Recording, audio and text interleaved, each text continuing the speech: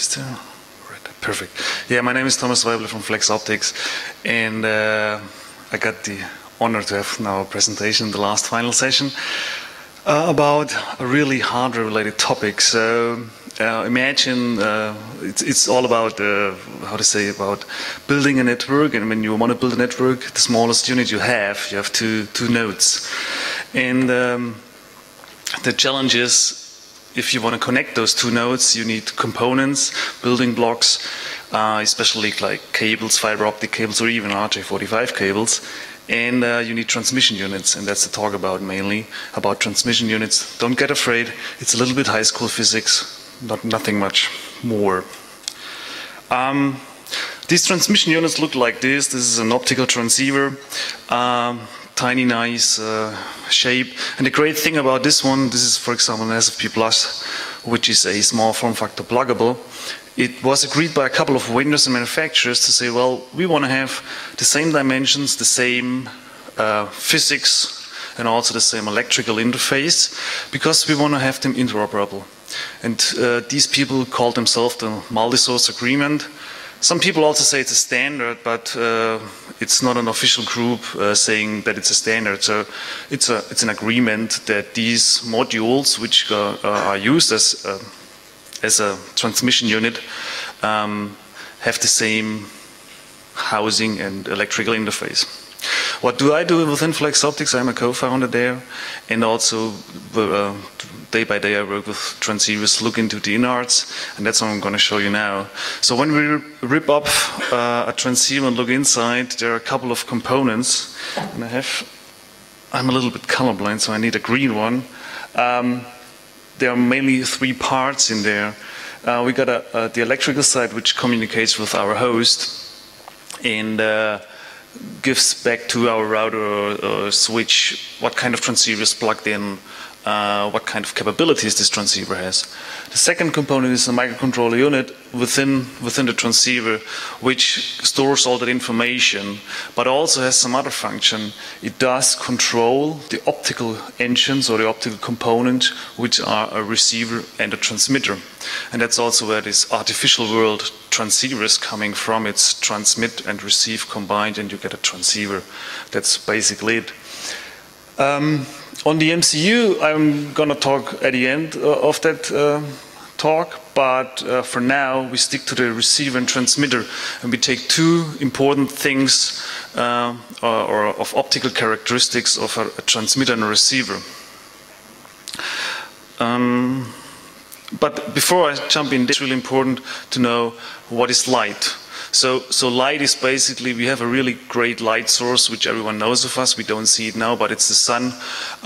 Here we have artificial light, and light is measured in nanometers. The light which our eye can see as a receiver, and the sun is the light source, or these artificial light bulbs here, is measured in nanometers. And what we can see is in a spectrum from 400 nanometers, which is blue light, up to 800 nanometers, or almost 800 nanometers, which is red light.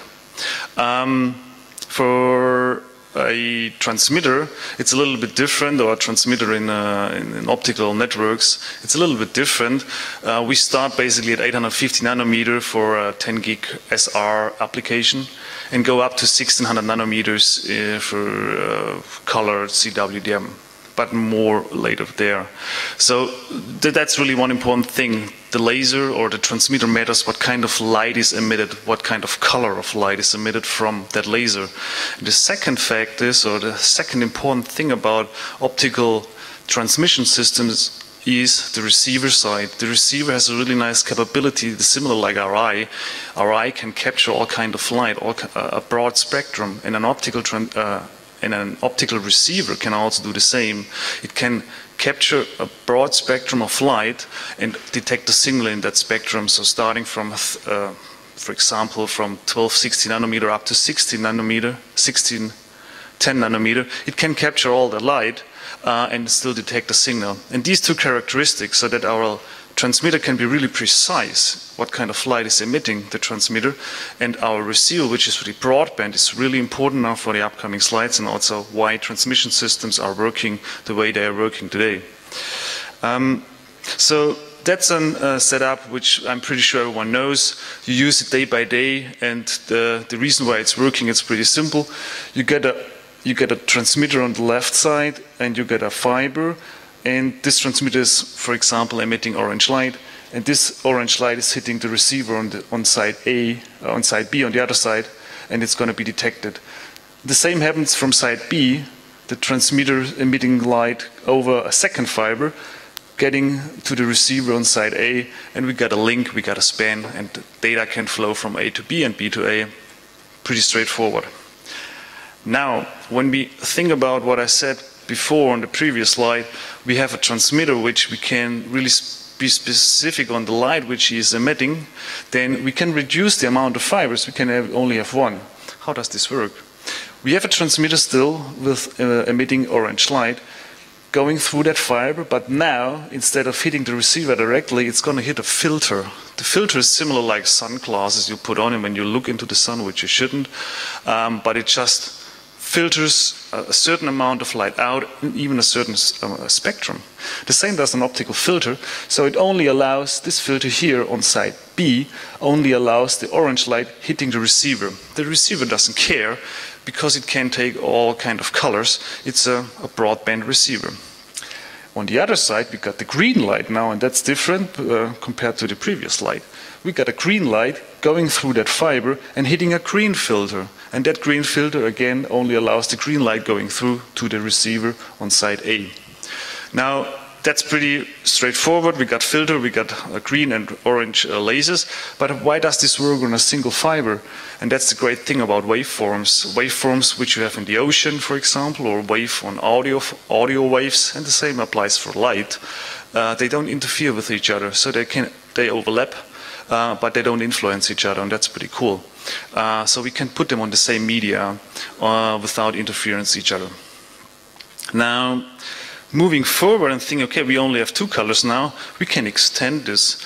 And Paul yesterday mentioned it already in his talk. It's a little bit like when it comes to technology called coarse wavelength division multiplexing. It's a little bit like slicing up a rainbow, and that's basically it. So on the bottom line, we see 4 different kind of wavelengths, but within that window we can have up to 18 wavelengths, so starting from 1270 nanometers up to 1610 nanometers with the spacing of 20 nanometer each. And the great thing here is it gives us the ability to add more applications on a single pair or even on a single strand of fiber. With coarse wavelength division multiplexing, we do have for example, 18 times 10 gig on a single pair of fiber. And if we tweak the laser even more, we get to dense wavelength division multiplexing, and that's shown at the top. So you see that the area where we are talking, starting from 1528 nanometers up to 1561 nanometer, is even more narrow, but the lasers are even more precise. So within this range of 30 nanometer only, we can fit in up to 80 channels, so 80 channels. Thinking of 10 gig applications, 10 gig Ethernet for a single channel, this will end up in 800 gigabit. Which is doable in terms of the DWDM setup, but there is another story talking on layer 2 or layer 3 enabling link aggregation, doing 80 channels. That's a different story and not covered by that talk. But from the background, what enables CWDM and DWDM, it's all the same, what I mentioned before. First thing is we have a precise laser with a defined light emitting out of that laser or transmitter, and we have a broadband receiver can capture all kind of light, and we do have filters which allows us to go pass through only a certain type of light, and that happens for CWDM and also DWDM the same. So this filter at the beginning here, on a bidirectional communication, it's the same for CWDM. We have for every single color a dedicated filter, and for DWDM with the 80 channel the same. So this will end up in 80 filters, or for CWDM 18 filters. Now That's one thing when it comes to the application point of view for transmission systems, that we got the receiver, the transmitter, and the other point is we come to form factors.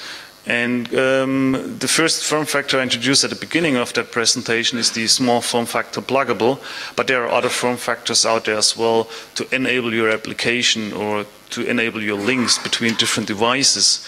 And it's mainly an evolution of time when the first form factors were developed. And here as an example, I took the 100 gig form factors, which are available since 4 years approximately, and the first one is the big box here. It's a CFP, and just as to compare this in the analog world, the CFP has approximately a size of an iPhone 6 Plus, and it uses a lot of power, up to 30 watts. I don't think iPhone 6 Plus needs 30 watts, but a CFP does.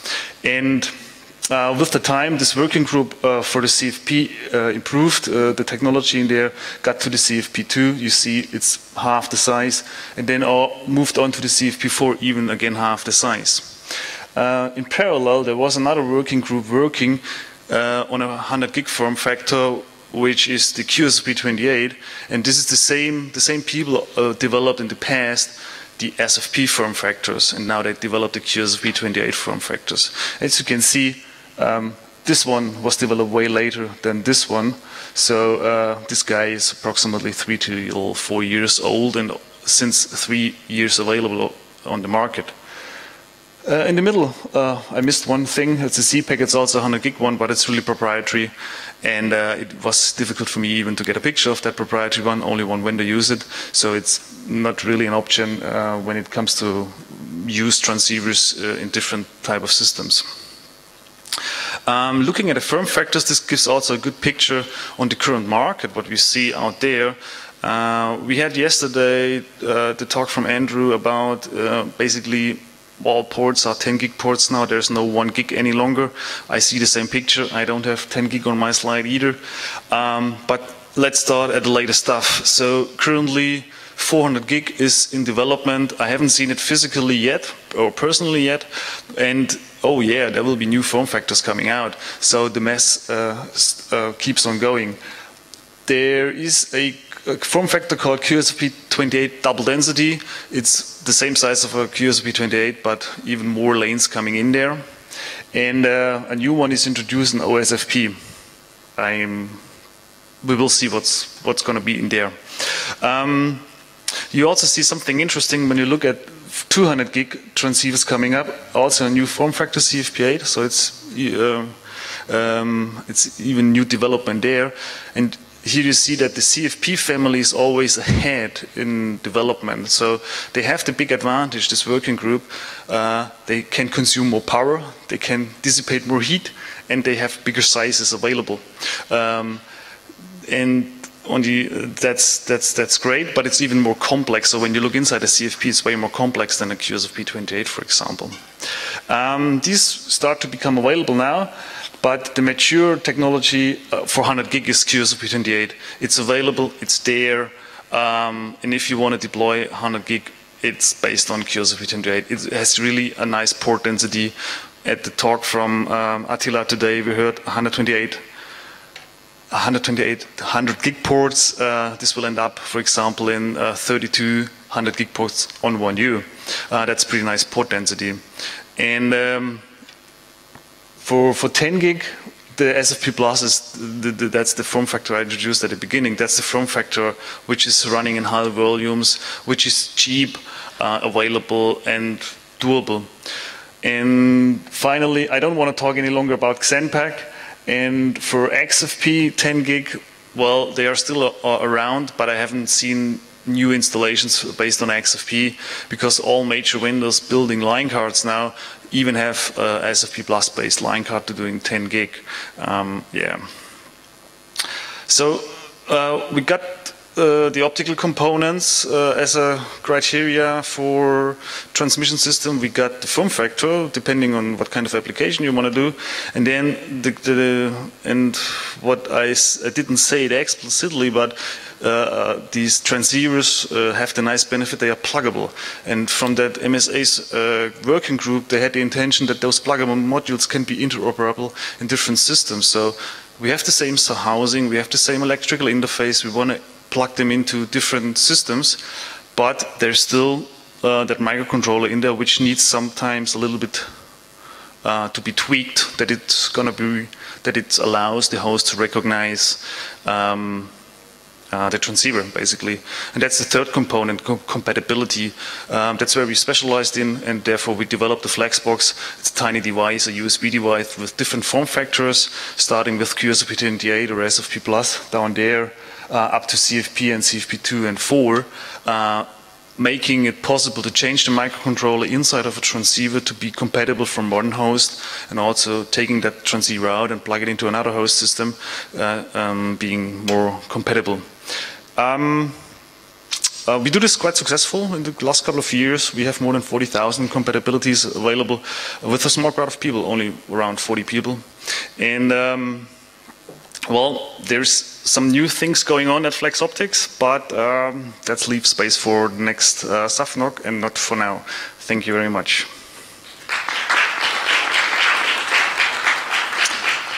Are there questions? Who is still awake? No? All right.